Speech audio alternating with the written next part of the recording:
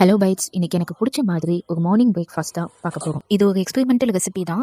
So என்னோட ஸ்டைலில் எனக்கு என்னென்ன தோணுச்சோ அதை வச்சு வெஜிடபிள் அடை பார்க்கலாமா? நான் ஆனியன், கேரட் அண்ட் கேப்சிகம் மூணுத்தையும் சின்ன சின்னதாக கட் பண்ணி எடுத்துக்கிட்டேன்.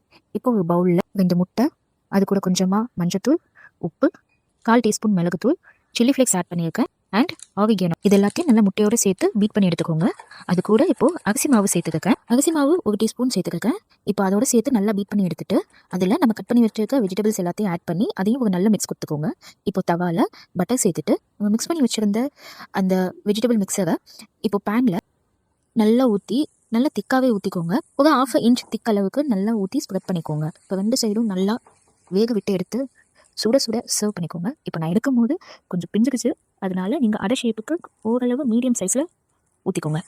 அப்போது உங்களுக்கு திருப்பி போட ஈஸியாக இருக்கும். இது கூட நீங்கள் கெச்சப் இல்லை கர்ட் இந்த மாதிரி எது வச்சு நீங்கள் சாப்பிட்டாலும் நல்ல டேஸ்டியாக இருக்கும். இதை நீங்கள் குழந்தைங்களுக்கும் செஞ்சு கொடுக்கலாம். வெஜிடபிள்ஸ் இன்னும் சின்ன சின்னதாக கட் பண்ணி ஆகல்ஸ் நல்ல சாப்பரில் போட்டு நல்லா சாப் பண்ணிவிட்டு அதுக்கப்புறமா நீங்கள் மிக்ஸ் பண்ணி கொடுக்கும்போது இதில் வெஜிடபிள் சேர்த்துருக்க மாதிரியே தெரியாது. மார்னிங்க்கு நல்ல ஹெல்த்தியாக ஃபில்லிங்காக இருக்கும். நெக்ஸ்ட் வீடியோவில் பார்க்கலாம். பாய்.